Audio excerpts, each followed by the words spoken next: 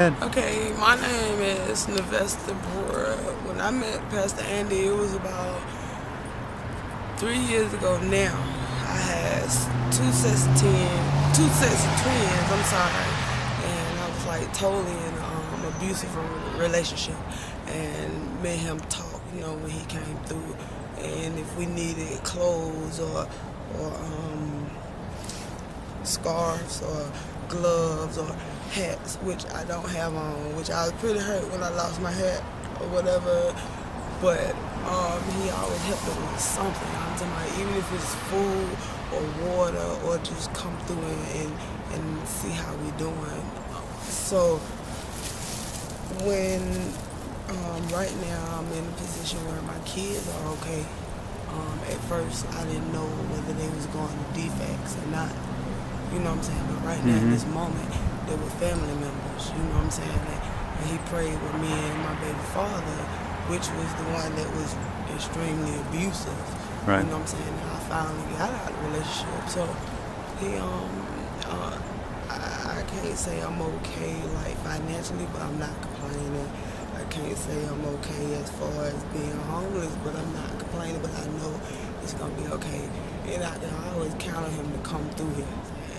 I try to be in a position where I can see him when he do come.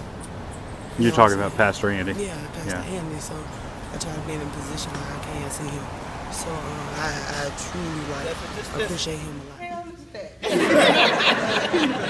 It's like, where did she come from? She said, that is you, Vesta. I said, that was not me. It's not me. It was me. So I'm grateful for that. God, I was high. Couldn't talk. I had to be if somebody with a video camera come up to me and say, could you tell me something about church on the street? Horrible. Well, like you said, I've been knowing Pastor Andy for a long time. I have 8 kids, and Pastor Andy has been around for 2 sets of twins, a 2-year-old, and now my 6-month-old. And that has been like the longest relationship that I've had with anybody that truly cares besides having ulterior motives for something.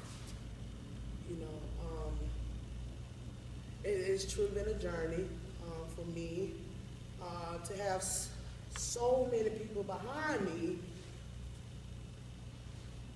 that loves me enough to help me, and I don't have any money for them. I was around a lot of people. I was a hustler, so you have money, you can do anything. I can have 1,000 people over here to the right. They do anything. Anything I said, they'll do it because I had the money. I no longer had the money. I no longer knew what to do with myself. So I started getting high, drugs. I was on the street for 6 years on Pine in the parking lot, getting high every day. Every day I could. I wasn't worried about my kids. I wasn't worried about my so-called friends. Oh, they was gone. You ain't got no more money, we ain't bothered with you, but I always had a heart, And just the transition of coming here every day, tired. He didn't care if these doors was open. He didn't care if you was high and you came in. If you came in, you was a part of the community, they loved you, you left at 3 o'clock, and you do it again tomorrow. Sometimes I didn't make it back. Plenty of times I didn't make it back. But I kept coming. It hits my mind. It weighs on you after a while because of the way you was treated, that you had nothing. It weighs on you. It weighs on your heart. It's in the back of your mind. When I get ready to hit a crack rock, it's on the back of my mind, they gonna see you. It's like they gonna see me. I couldn't no longer drink no more. I was so uncomfortable in my own skin because of the love they gave me. I sat by a tree for plenty of years. This was my tree. This is my comfort zone, and I stepped outside of it because I was challenged by Pastor Andy. Do you want to do something different? Do you want to, Vesta, you can do this, you know? Or he might come and ask me a simple question, how you doing today? I'm like, I don't know how I'm doing. I know what I'm doing. I'm getting high. You know, a simple question, a handshake. You gonna be there tomorrow? Mission teams. They was following me. Hey, Vesta, what? Such you up, Pastor Andy, such you up there. Hey, Vesta, what?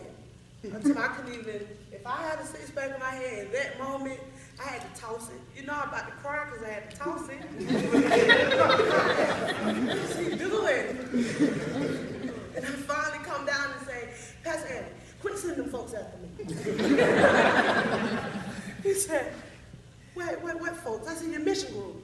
And he was like, I didn't do that, you know? And after a while, I just kept coming. And I would clean up. Whatever they asked me to do, I did it. Whatever it was. Bathroom, floors. You know, he never asked me to jump on nobody because I felt like doing it. Clean up this floor. Don't clean up this floor. You know, and I stayed. I met good friends, his wife, and I started having kids, and Lord have mercy, I broke down. The first one I told, I'm pregnant. I can't keep doing this. I can't keep having kids with defects. Take them. You know? And he was like, well, what are we going to do? I said, I don't know what to do. I'm just tired. Put me in a program. It took me 2 programs to have 4 years, almost 4 years sobriety. Praise God.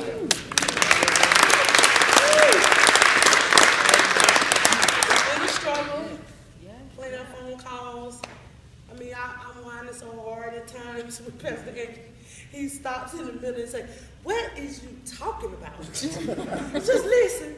He's going down. He said, okay, let's just calm down. Mr. Webb, one of my programs, going through my program, teeth hurting so bad. I want to beat up my heart. I just got the job. I want to beat up everybody because I had a toothache. Everybody was like, I'm like, brother, they will not give me no pills. They will not help me. And he made it happen for me. He was Dr. Webb, and I want to say I appreciate that. You know, and that's what Church on the Street was about. It was like, if anything happened to me, I would call. I wasn't scared to call after a while. At first I was a little intimidated, you know, a little cautious. You know, where they leave me? You know, are they willing to stay with me? I mean, I have been as probably all in these years, and Pastor Andy stayed with me. Not only him, his wife, and among other friends we've met. You know what I'm saying? And it's difficult and sadly to say I couldn't get it with my own family. So I'm grateful that God gave me a new family that knows how to deal with me. I don't have to change the way I talk, the way I speak, the way I look, you know, the way I cook. You know, and Church on the Street is just amazing. You know, and I try to project that same love to everybody else, but I'm a little rougher with it. I might be a little louder with it when they get it. They have no choice, they get it. Like, Pastor Andy, she's too rough. You know, Pastor Andy said, they started it. We have a good time. And I'm glad, and this is my stability. I don't know what I do without it. I mean, so I don't know what I do without it. I can't run back to my old friends, you know. I got family members that even show up. My Mary, my brother, you know, and our relationships are like totally different now. You know, I have better relationship with my kids, the ones that I can see. You know, and most definitely little Sapphire, it takes a whole community to deal with her.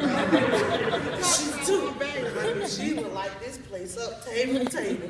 And I be praying, Jesus, they're going to put us out. You know, so it's just the fact that I know when I come here that I'm going to be okay. Amen. Thank you.